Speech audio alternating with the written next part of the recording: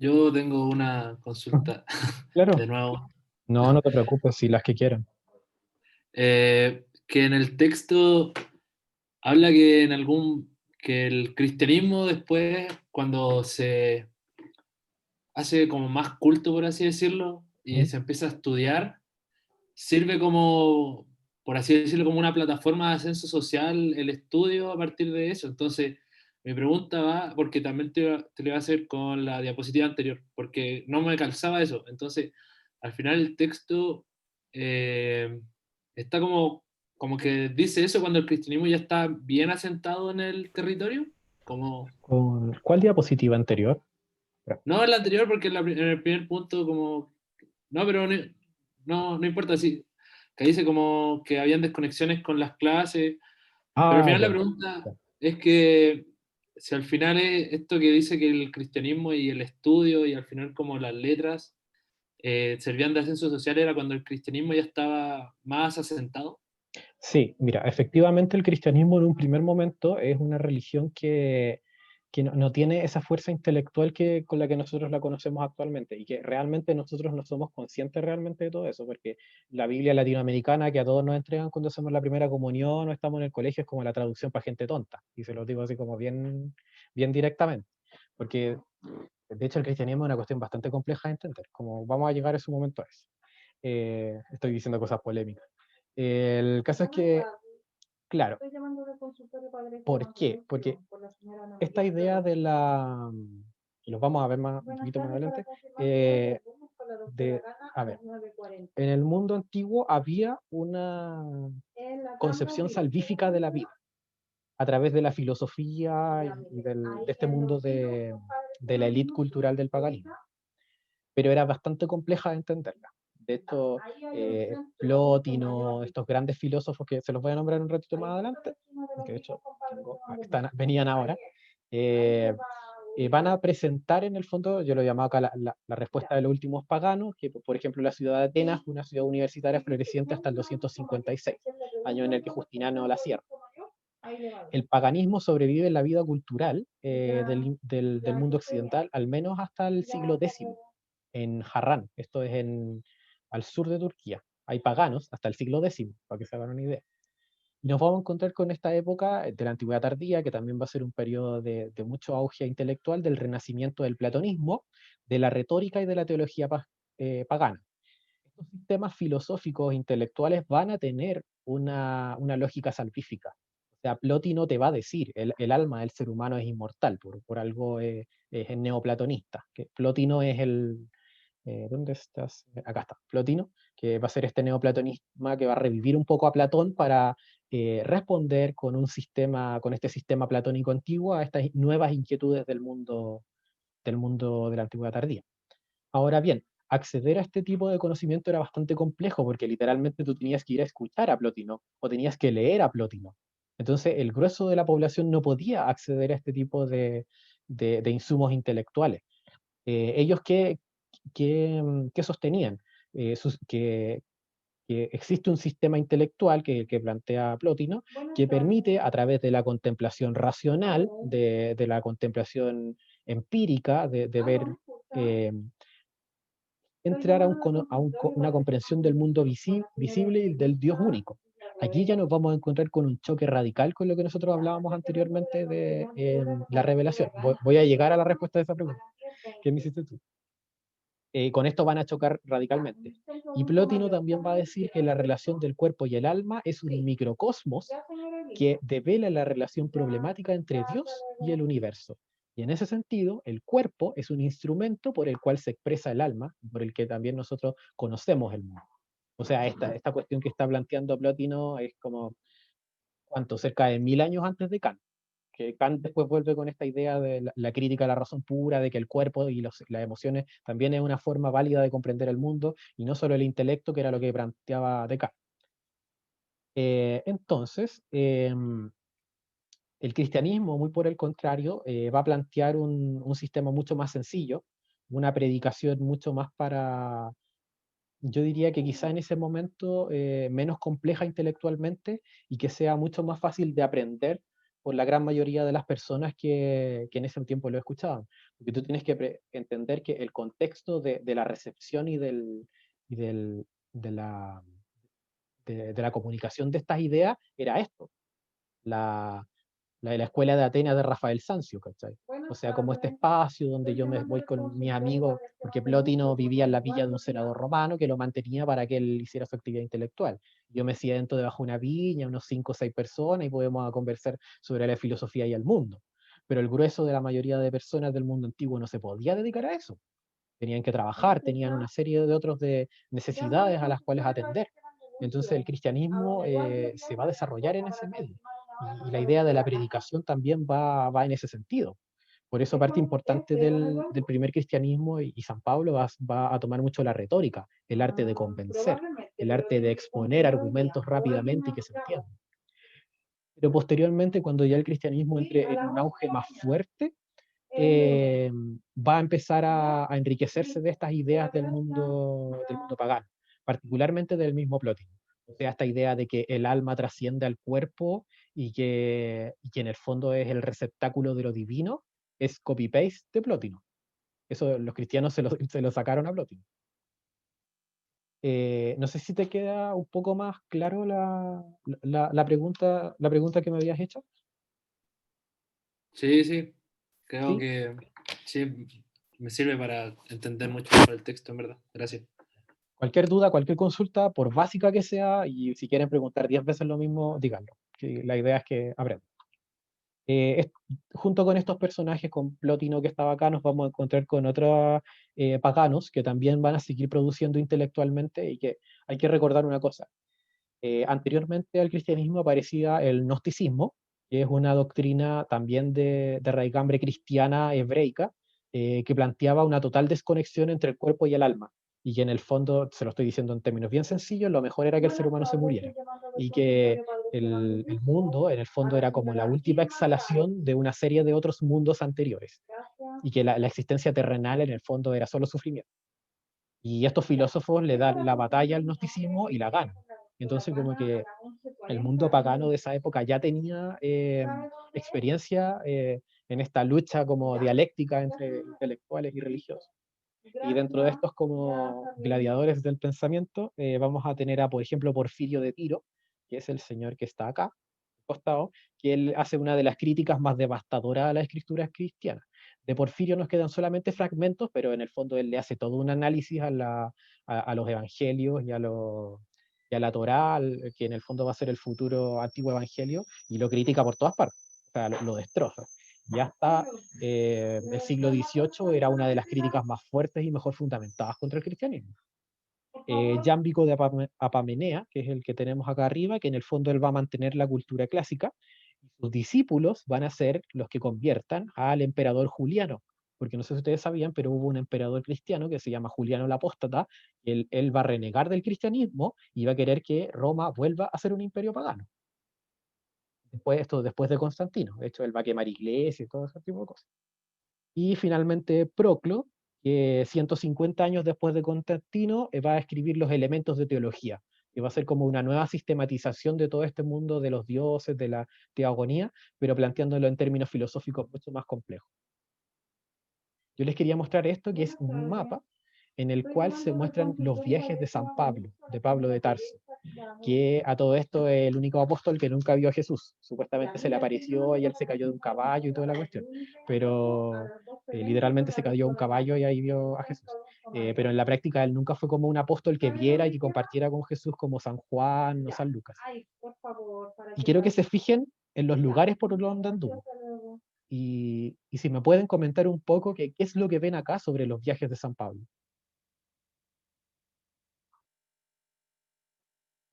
Atrévanse nomás, lo primero que se le venga a la mente.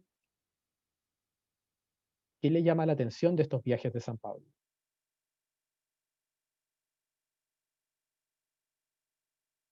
Vamos a ver el chat. Manso viaje. Sí, de hecho sí. Bueno, los Que es por cristianos, la parte oriental del imperio. bien, bien. ¿Tenemos otra impresión? Vamos, atrévanse, si tienen que aprender a decir sus opiniones.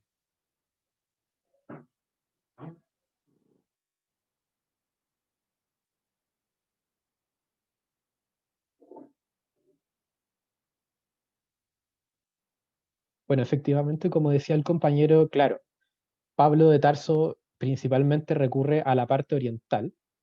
Y, por ejemplo, si nosotros nos vamos a su epístola, que de hecho yo creo que ustedes habrán ido a la misa alguna vez y dice así como epístola de San Pablo, no, no sé cuánto, y todos nos paramos y tenemos que escucharlo y no entendemos muy bien de qué se trata eso. Bueno, esas epístolas originalmente estaban escritas como para las distintas ciudades del Imperio Romano que él iba visitando y con las cuales él pretendía cristianizarlas. Entonces acá les busqué todas las epístolas y si nos fijamos, de todas las epístolas, solo hay una que está dirigida a una comunidad de Occidente, la de Roma. El resto son todas comunidades orientales. Y otra cosa importante, San Pablo se aprovechó bastante del Imperio Romano, porque si se fijan, él va a seguir las mismas rutas de el comercio y las calzadas romanas. O sea, todas las grandes, las personas que estuvieron en la anterior ayudantía o los y las que la volvieron a ver en YouTube, pueden ir reconociendo todas las ciudades que vimos anteriormente. Antioquía, Roma, esta parte, lo que yo les comentaba del Asia Menor anteriormente, que era una zona muy rica en ciudades, todas estas ciudades participaron, Corinto, Licaonia, Filipenses, que es acá arriba, en Filipos, en Grecia, Éfeso, Tesalónica, Frigia, Creta, estuvo hasta la isla de Creta. Entonces nos damos cuenta cómo el cristianismo en muchos sentidos se va a aprovechar del Imperio Romano, ocupando sus redes de conexión, ocupando también su cultura, lo que vimos anteriormente con esta traducción que se hace desde la filosofía de Plotino, y también los centros culturales. De hecho, usted después, más adelante, cuando lleguemos a nombrar los principales patriarcados del mundo oriental, todos son estas grandes ciudades. O sea, hasta el patriarcado de Alejandría que se va a pegar, hablando, como habíamos hablado anteriormente, de peleas. Después la gran pelea en Oriente va a ser Constantinopla versus Alejandría, al punto que literalmente se van a separar religiosamente. ¿Alguna otra duda sobre San Pablo y el cristianismo? Y los filósofos paganos también. La Paz En el preguntó, chat. Ujú. disculpa, La Paz preguntó de qué año era San Pablo por el chat. San Pablo, oh, se me fue. San Pablo.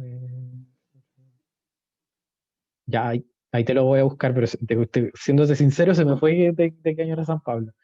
Pero, a ver, debe haber sido como del siglo segundo o tercero, aproximadamente. Porque, sí, porque Jesús nació en Augusto, claro. Sí, era durante la época, debe haber sido durante el siglo segundo o tercero, porque San Pablo muere en Roma durante la persecución cristiana. De hecho, cuenta la historia de que a San Pablo lo iban a crucificar igual que a Cristo y que él en su gran humildad dijo que lo crucificaran al revés, porque él no era digno de morir igual que el pescador de almas. No, esto lo digo como con la intención de hacerlo más animoso, ¿no? Yo también soy medio cristiano para mis cosas. Eh, pero este conflicto, que ustedes ya lo hemos vislumbrado un poco, entre este mundo de la élite cultural pagana y el cristianismo, va a encontrar su culmine en la figura de Clemente de Alejandría, que es este señor de gran cabeza que ustedes ven acá. San Clemente se va a hacer cargo de un drama bastante grande, que se puede resumir en esa pregunta que está ahí. En el fondo es cómo habitar el mundo en su misteriosa temporalidad, o sea, cómo entender el mundo desde una perspectiva que no sea esta perspectiva pagana, pero también dentro de esta idea de la revelación, porque la idea de la revelación es bien complicada, porque la revelación te la da Dios, y Dios no te dice cuándo, dónde ni cómo te la va a dar. Entonces, como que el místico, que es el que principalmente desarrolla estos ejercicios espirituales para acercarse a Dios a través de una revelación más corporal o mental, está constantemente a la expectativa. No entiende muy bien cómo se desarrolla esto. Y si yo lo entendiera, no sería divino, porque yo técnicamente no puedo entender lo divino en su total complejidad. También tenemos este drama de cómo convivir con tradiciones previas a la identidad. Y aquí encontramos, Roma es fundamental en ese sentido. Aquí es Roma, es la ciudad santa de San Pablo, es la ciudad del paganismo, es la ciudad de los primeros Césares, Y ahí, ¿cómo asumimos la ciudad de los antiguos? ¿Cómo asumimos esta herencia cultural? Ustedes tienen que pensar que los primeros cristianos eran gente que, como que si nosotros nos convirtiéramos ahora, o sea, que yo, por ejemplo, empiece a creer algo totalmente distinto a lo que cree en mi familia durante años, durante siglos, es una cuestión en la que evidentemente vamos a entrar en un choque cultural súper fuerte y súper violento. Entonces, ese era el modo de habitar de esta época. Estábamos como, ¿qué hacemos los cristianos? Porque el cristiano llega con esta idea de que llega como al nuevo mundo, ¿cachai? De la revelación de Jesucristo. Entonces, ¿cómo integramos a lo pagano dentro de eso? Y San Clemente llega a una respuesta que quizá no es la más original, pero sí que es la que es más funcional a la época. Y él dice que el patrimonio pagano es parte de la revelación. Se trata en el fondo de una anticipación de la gnosis sagrada. O sea, Aristóteles, por ejemplo, no era cristiano, pero Dios, como acuérdense, es omnipotente, omnipresente y omnisciente, se reveló de alguna forma a Aristóteles. Esa es como la respuesta de San Clemente. O sea, el mundo pagano participa en cierto grado en sus creaciones culturales más elevadas, políticas, sociales y económicas, del cristianismo, porque Dios los inspiró para ese nivel de excelencia. Pero yo creo que lo más interesante de San Clemente de Alejandría es que, nótese de dónde es, de Alejandría. Eh, Él abre el panorama de la cultura humana como un campo de reflexión. O sea, con San Clemente es donde ya uno podría decir, ya estirando mucho el chicle, que San Clemente en cierto modo inaugura una especie de historia cultural, porque San Clemente empieza a poner el acento en la producción cultural humana a través de los tiempos y cómo eso nos puede servir a nosotros para darle sentido a nuestra experiencia actual. ¿Ya? Bueno, esto que ustedes ven acá es un icono de San Clemente. Como todo el arte, esto es mucho, mucho más tardío, pero sí nos vamos a encontrar con algunos elementos interesantes, que es, por ejemplo, el icono, se entiende, esto no es una obra de arte, para el mundo ortodoxo cristiano de la parte oriental, tú le dices que un icono es una obra de arte y eso es una ofensa. Esto se supone que es una ventana a la divinidad. Hay toda una teología en torno a la imagen que es muy interesante y muy bonita de reconocer.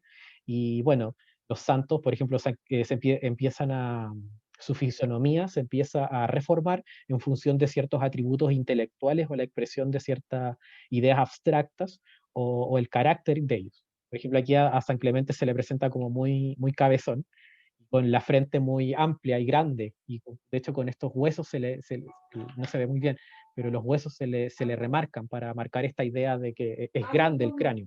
Sí, con esto ellos quieren representar que era una persona de gran sabiduría, de gran conocimiento. Y ya como dato freak, el santo nosotros siempre lo reconocemos porque, bueno, lleva su libro, el libro, la señal eh, por excelencia del conocimiento, pero él siempre lo lleva tapándolo con la manta, no lo toma directamente. Cuando nosotros veamos que un santo, una figura cristiana, toma directamente el libro o el pergamino con la manta, es porque es una divinidad, es o Cristo, o Virgen, o la Dios, o Dios. Pero cuando lo toma con el manto es porque tiene que generar una especie de distancia, porque la revelación, como es incomprensible, genera confusión. Entonces es bien interesante. De hecho, la revelación se supone que a ti te puede como inclusive volver loco. Entonces, por eso siempre el santo tiene esa distancia un poco del texto. ¿Queda claro? ¿Se entiende más o menos hasta el momento? ¿Les quedó más claro lo que va a ser este tránsito del mundo romano al mundo medieval? Porque vi el comentario de su compañera que quedó así como que en shock porque no entendía y es natural porque generalmente uno no logra hacer estas conexiones tan fácilmente. Seguros, no hay ninguna duda, ninguna consulta, nada. Aproveche de preguntar ahora o nunca. Por mientras, si se le ocurre alguna pregunta o algo por el estilo, acá están las lecturas obligatorias, las dos nuevas que agregamos. Ya escuché lo que comentaron, con el profe vamos a volver a recontar las lecturas y las vamos a hacer dentro del límite de los 40 por semana que nos habían comentado.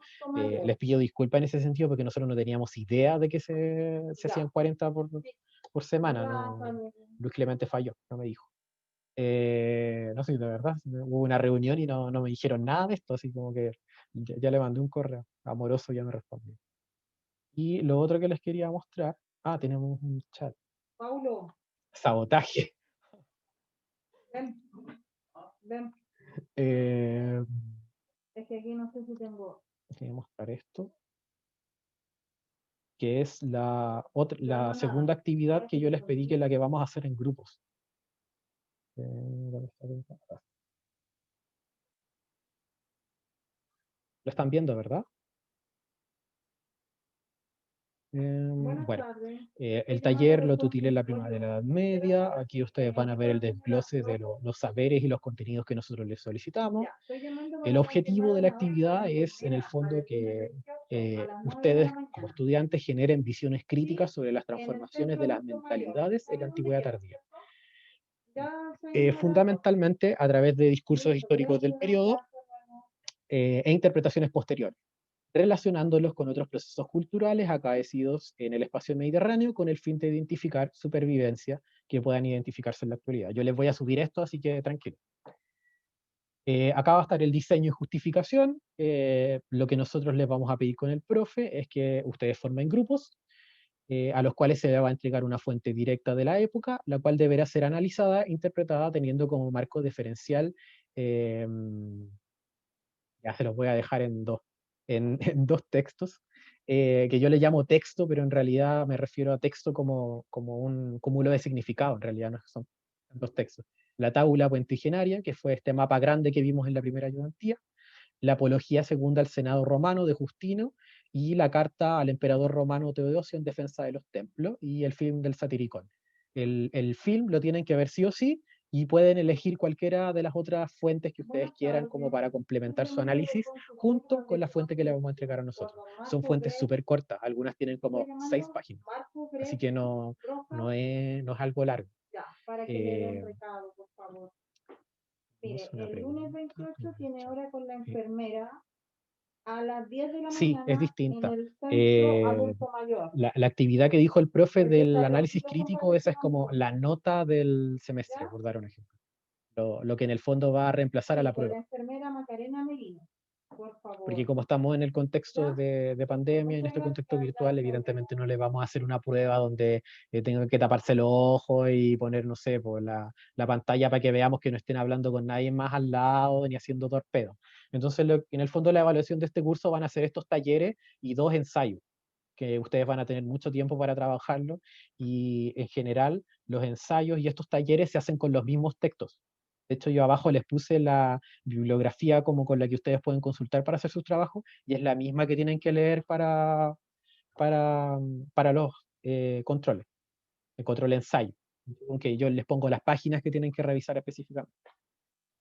Entonces, para esto, ¿qué les pedimos?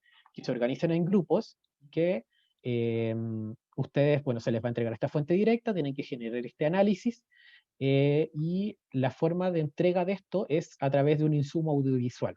Puede ser una cápsula de video, como un video cortito explicando ustedes, puede ser un TikTok, ahí toda la creatividad, o un video formato YouTube, así como youtubers del mundo antiguo, la pueden hacer también. En el cual, ¿cuál es el sentido de esto? Que ustedes expongan una problemática de la época, que logren identificarme con las fuentes un problema de esta época tan confusa que vivimos. Estamos Es viendo y que para podemos relacionarnos confirmar con la una época hora de del nosotros, lunes claramente. 28 con la Este enfermera producto Macarena final va a ser Merino presentado en la clase, durante la primera media hora de la clase, a las para que los otros 8:30. compañeros lo vean, porque la idea es que nos retroalimentemos todos, Sí, porque cada ¿sabe fuente dónde? va a En el tener curso un del aspecto adulto distinto mayor. del mundo antiguo. Algunas fuentes van a ser estos romanos que hablábamos anteriormente, orgullosos, que se No, recluyen en esta es sus la villas enfermera olvidándose de todo lo Valentina. demás y tratando de bárbaro al resto, pero también tenemos fuentes de, por ejemplo, Aquí, Egiria, que fue una mujer que María viajó Torres. ¿Este desde María Torres? Iberia Sí, a hasta las Tierra 10:30. Santa, A las y ella nos 10:30. dejó su diario, que es Sí, a las cortito, 10:30. donde ella Sí, nos va contando todo lo que va a las viendo y lo que ella 10:30 va con la sintiendo enfermera. a través de este En viaje. la cama de los niños. Ya, Em, ya y lo bueno, vi. esa va a ser yo le puse una discusión sobre el tópico abordado. En el fondo, cuando a usted le toque presentar su insumo frente al curso, le vamos a pedir que nos comente qué fue lo que sintió leyendo la fuente, qué fue lo que lo inspiró para hacer este análisis, qué es lo que piensa y principalmente cómo lo puede relacionar con una problemática actual, cómo lo hicieron y todo eso, que pueden ser dudas también de sus compañeros al respecto. Esto es importante. Este taller no solo va a evaluar la generación de relaciones e interpretaciones lógicas y fundamentadas, o sea, que lo que ustedes me digan está dentro de los años, de las temporalidades y ese tipo de cosas, sino que también la generación de un cuestionamiento y posicionamiento personal y creativo en torno a cómo los hombres y mujeres de la antigüedad tardía enfrentaron las problemáticas sociales de su época, identificando continuidades y relaciones con problemáticas actuales, instalando la reflexión histórica como enriquecimiento de visiones para el abordaje y comprensión del presente. O sea, si ustedes me preguntan en nota, y de hecho viene la tabla más abajo, lo que nosotros vamos a de verdad premiar acá va a ser la honestidad y la creatividad. Y ustedes de verdad no nos digan lo que nos dice, lo que nos dice San Justino y lo que nos dice Fellini en la película, sino que ustedes creen, que ustedes se empoderen de las fuentes, que ustedes las cuestionen. Porque al fin y al cabo, ya sea que se formen para ser historiadoras o para ser profesores, ustedes tienen que generar esta capacidad de pensamiento crítico. Tienen que hacer una tesis al final, porque constantemente como profesores van a estar constantemente estudiando nuevos temas para sus clases. La idea es eso, que en el fondo logren generar pensamiento crítico. Así que los invitamos a que se abran a través de las fuentes, que las cuestionen, que las den vuelta y las reflexionen. Acá están las fuentes por grupo. Eh, no sé si hay un grupo, cuánta gente, no sé si hay un representante, dudo que haya un representante por grupo en este momento, pero yo creo que, y bueno, tengo 5 grupos, me falta gente todavía que tiene que hacer su presentación. Pero yo hoy día creo que a los grupos que están inscritos les voy a mandar su fuente, va a ser aleatorio, así que vamos a dejar que los dioses decidan qué fuente le toca a cada uno. Y hay cosas bien, no sé si ustedes sabían, pero los griegos cuando querían tirar algo importante lo tiraban al azar. Y de hecho están los jarrones donde salen como decidiendo cuándo van a atacar y lo tiraban al azar en el casco dado vuelta. Que decían que el azar, porque bueno, para los griegos está el destino y toda esta cuestión, estaba todo escrito. Entonces si tú tirabas al azar iba a aparecer algo que eventualmente los dioses ya habían decidido por ti. Ahora vamos a dejar que los dioses deciden. Estas son las fuentes. Son bien diversas. Por ejemplo, está esta que es el escarnio de los filósofos paganos de Hermias, que en el fondo es una crítica a toda la filosofía pagana desde el punto de vista de los cristianos. Basilio de Cesarea a los jóvenes, cómo sacar provecho a la literatura griega, que es todo lo contrario. Aquí Basilio de Cesarea te está diciendo cómo nosotros como cristianos podemos empoderarnos y nos puede hacer sentido la herencia pagana. Celso, que es un pagano, que escribe el discurso verdadero contra los cristianos, solo tienen que leer el libro tercero, es cortito, donde él hace esta crítica demoledora al mundo cristiano, pero desde el mundo pagano. Ausonio, que es uno de estos hombres de élite que vive en sus villas, que en el fondo nos está contando en su diario y en sus introducciones cómo vive el mundo, cómo lo ve. San Jerónimo. San Jerónimo era como el santo polémico del cristianismo. Así, si el cristianismo fuera un reality, San Jerónimo sería como el que siempre peleaba. De hecho, las 2 cartas que tenemos acá que van a leer, la segunda a Teodosio y la 14 a Heliodoro, él en fondo habla sobre cómo se vivía el cristianismo en el mundo del desierto. Eso va a ser bien interesante lo del monacato. Y bueno, si ustedes, yo igual les voy a mandar la fuente completa, ustedes ahí tienen que leer solo el fragmento. Hay unas cartas muy divertidas donde este gallo critica a medio mundo y habla de que como, bueno, unas cuestiones muy interesantes que hablan. Egiria es la que yo le comentaba del itinerario peregrinación, que solo hay que leer la segunda parte, que es el recorrido por los santos lugares. Bien interesante porque una de las pocas mujeres de las que tenemos de su propio puño y letra fuente, que ella nos va contando qué es lo que sentía al convertirse al cristianismo y vivir en esta época. De Santa Perpetua, la Pasión, que Santa Perpetua fue una santa que murió siendo asesinada en un circo con leones y toda esta cuestión. Y ella también deja un texto como una especie de diario que se llama La Pasión, donde ella es súper interesante porque Santa Perpetua va contando todo lo que siente y todo el conflicto en el que ella entra entre su familia, que era toda pagana, y ella siendo cristiana. Y es muy interesante porque Santa Perpetua era mamá y ella decide cortar los lazos filiales afectivos de la maternidad por entregarse al cristianismo. Es muy interesante ver el mundo de Santa Perpetua, como el mundo psicológico de ella. Símaco, también uno de estos paganos que está pidiendo acá la reposición del altar de la victoria, y Petronio, yo no sé si les voy a dar a leer a Petronio, sinceramente, pero Bueno, acá Sí, en el están centro virtual otras de fuentes que desarrollo pueden digital, ustedes consultar si tienen dudas, y aquí está la rúbrica. tiene que estar Entonces aquí a a ustedes les va a 15 quedar minutos clarito qué es antes, lo que nosotros pedimos ¿ya? y También los pueden- grados de desarrollo de eso que estamos pidiendo.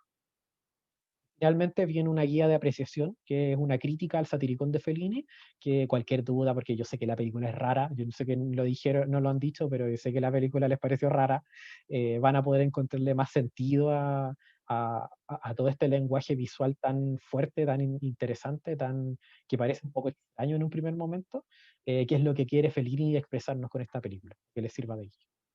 Entonces, eso, ¿tienen dudas, consultas? ¿Está todo claro?